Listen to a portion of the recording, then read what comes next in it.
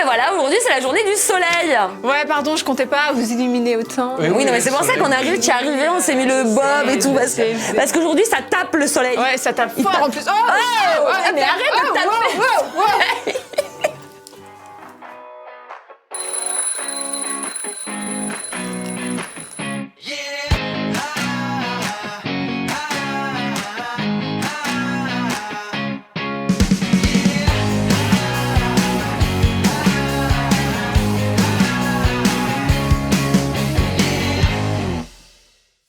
Jesus Coffee, bon matin.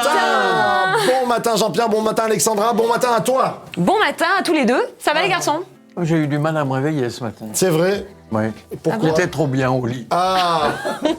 C'est vrai que des fois, on est bien... On va pas sortir. On est le 3 mai aujourd'hui. Voilà, donc journée du soleil. Journée internationale du soleil. Et puis tant mieux, parce que bah, là, enfin, on a le soleil qui vient, on n'a plus froid, on peut aller à la plage. En plus, à Saint-Raphaël-Fréjus, ça va. Voilà, oui, pardon. Parce que là-haut, oui, non, c'est sûr, pardon, on pense à vous. Dis-nous à Paris, peut-être il y a Gérard, GG, dis-nous combien il fait là-haut, là. Nous, on est en t-shirt, ça va quoi. On est bénis. Allez, c'est parti, on est sur les trésors de Zacharie. Je sens qu'on va durer longtemps, donc on va mettre le chronomètre. C'est parti. Oui. Trésor de Zacharie.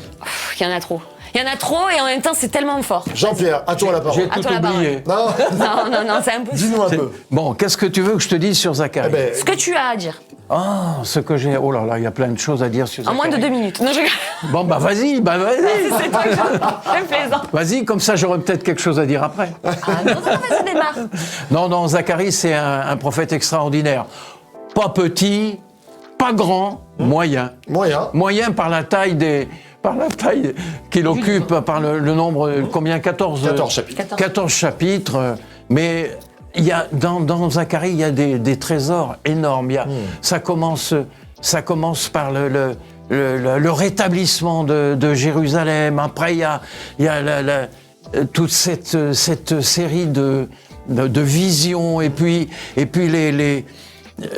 surtout la purification de Josué, le souverain sacrificateur, à qui on met des vêtements.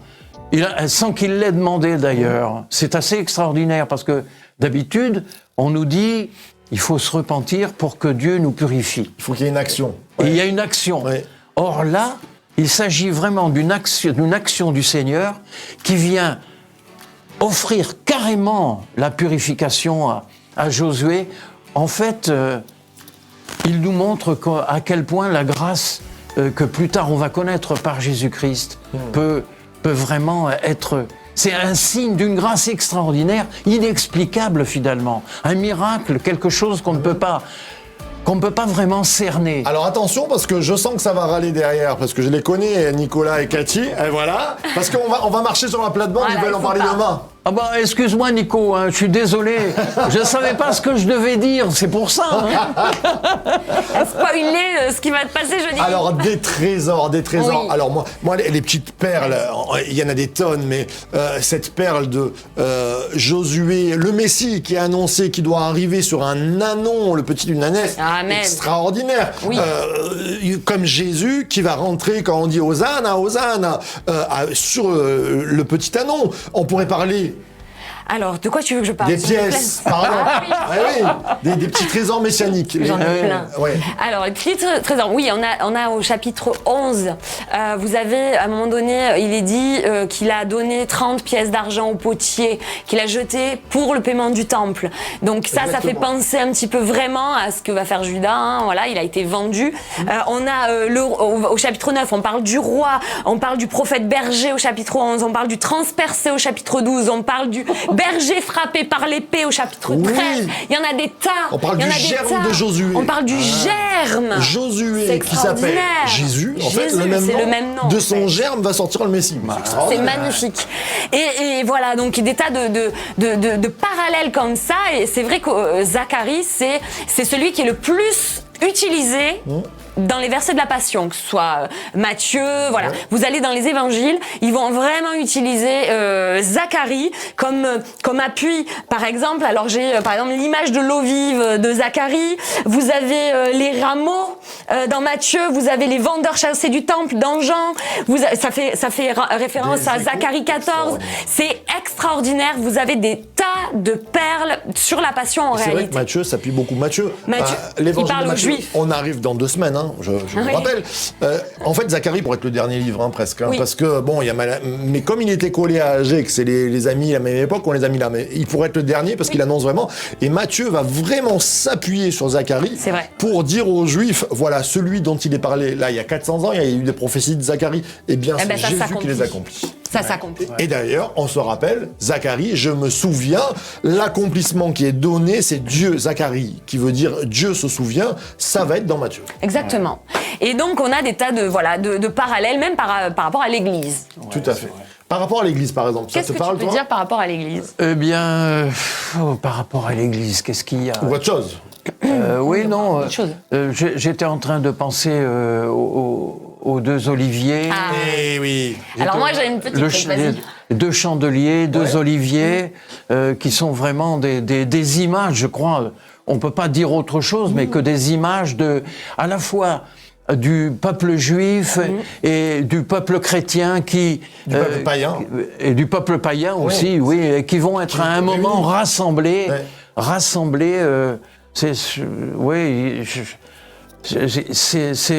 Ça laisse la possibilité aussi, je trouve, à pas mal d'imagination de notre part. C'est vrai.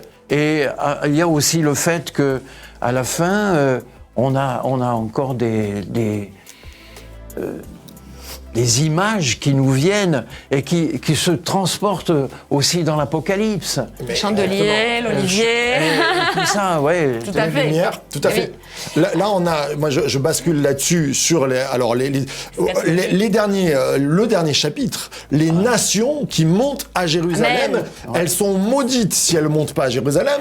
Elles sont bénies si elles montent à Jérusalem. Alors Jérusalem, pour nous, qui peut représenter le royaume des cieux avec le temple, je dis souvent, moi, le 3e temple, je vois ça en l'église, une source de vie qui sort de l'église. Et donc, c'est cette lumière qu'on reprend dans l'Apocalypse, puisque le Seigneur qui parle aux 7 églises va dire « Je suis celui qui tient le chandelier, les lumières, les 7 lumières. Oui. » Et là, elles sont entourées de 2 oliviers, c'est ce qu'on disait, l'huile pressée de ces 2 oliviers sort à donner ces 7 lumières.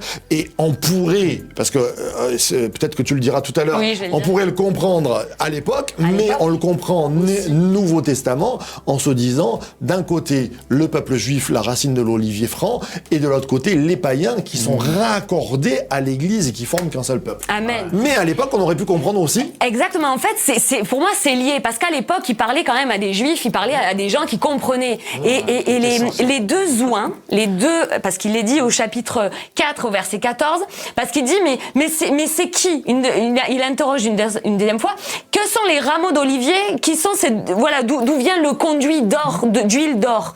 Et il dit, ce sont 2 hommes de l'huile nouvelle, qui se tiennent debout devant le Seigneur de toute la terre. Ah, t'as 2 hommes, toi? 2 hommes. Non, mais moi, j'ai 2 ouins. Eh ben, c'est 2 ouins. Oui, c'est ouais. moi. C'est 2 messis, c'est 2 ouins. Ils sont choisis. Ouais. Et en fait, ces 2, à l'époque, représentaient d'un côté Zorobabel, on revient à Agé, et de l'autre côté, représentaient Josué, qui sont 2 On peut le comprendre comme ça. On peut clairement le comprennent comme ça. Ouais. Alors, eux, ils le comprennent comme ça. Pourquoi ils le comprennent comme ça? Parce qu'en réalité, ce sont 2 personnes qui ont toutes les 2 des figures messianiques. L'un est bâtisseur, et l'autre amène, donc Zorobabel, lui, il bâtit, et vous avez Josué, le grand prêtre, qui amène au niveau spirituel quelque chose, et qui les 2, quand maintenant on regarde avec notre recul, on va dire dans notre époque à nous, on se dit ces 2 personnes-là, d'un côté le grand prêtre, de l'autre côté le bâtisseur, se rejoignent les 2 en Jésus lui-même qui bâtit son église et qui est lui-même oint choisi et qui est le sacrificateur. Ouais. Et pour moi, c'est vraiment l'image. À l'époque, on pouvait le comprendre comme ça, qu'il allait avoir une huile nouvelle, quelque chose de nouveau qui allait arriver, une onction nouvelle à partir de ces 2 oints qui a mené cette huile nouvelle-là. Et nous, en Jésus, nous avons 2 fonctions qui amènent que Jésus a. Jean-Pierre. Il bâtit d'un côté. Il y a aussi dans ce dernier chapitre 14 autre chose. C'est cette après que le Seigneur ait posé son pied sur le mont des Oliviers, que la montagne s'ouvre en deux et que le peuple, il y a la moitié du peuple quand même qui est parti en déportation avant. Oui, tout à fait. Et l'autre moitié qui est restée dans la ville, elle s'enfuit par cette vallée et ça nous ramène aussi à l'Apocalypse aussi, ça, où cette description est vraiment juxtaposable, c'est vraiment la même. Et ça, c'est quand on sait qu'il y a plus de 400 ans qui séparent la prophétie de Zacharie de la venue de Jésus, de la vision de l'Apocalypse, qui est déjà postée, plus de 400 ans. Oui, bien sûr. Pas 500. Eh bien, on se rend compte à quel point Dieu avait donné à son serviteur une vision absolument réelle de ce qu'il prépare pour la suite des temps, pour la fin des temps. Tout à fait. Et ça nous revient, on revient encore. Dieu se souvient.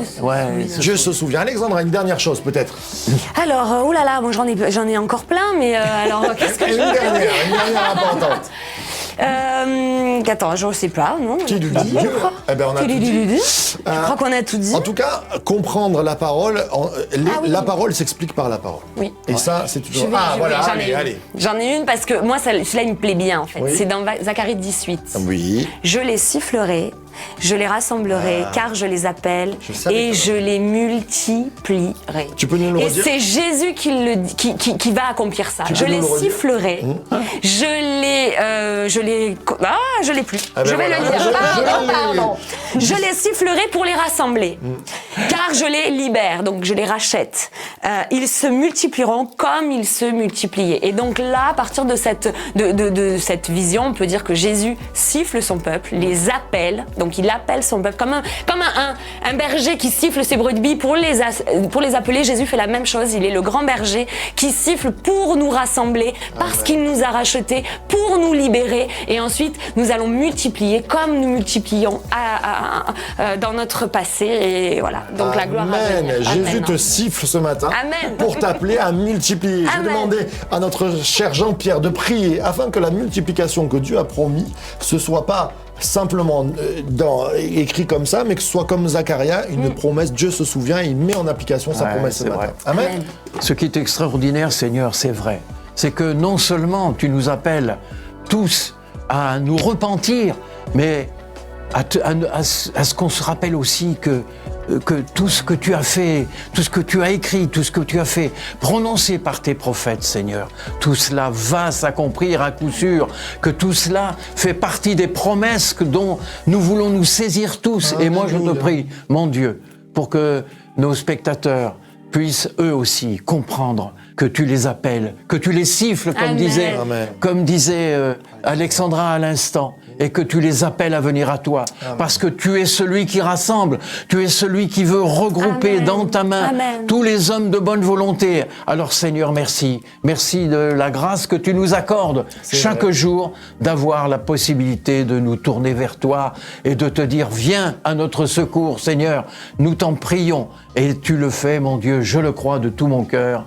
Amen. Amen.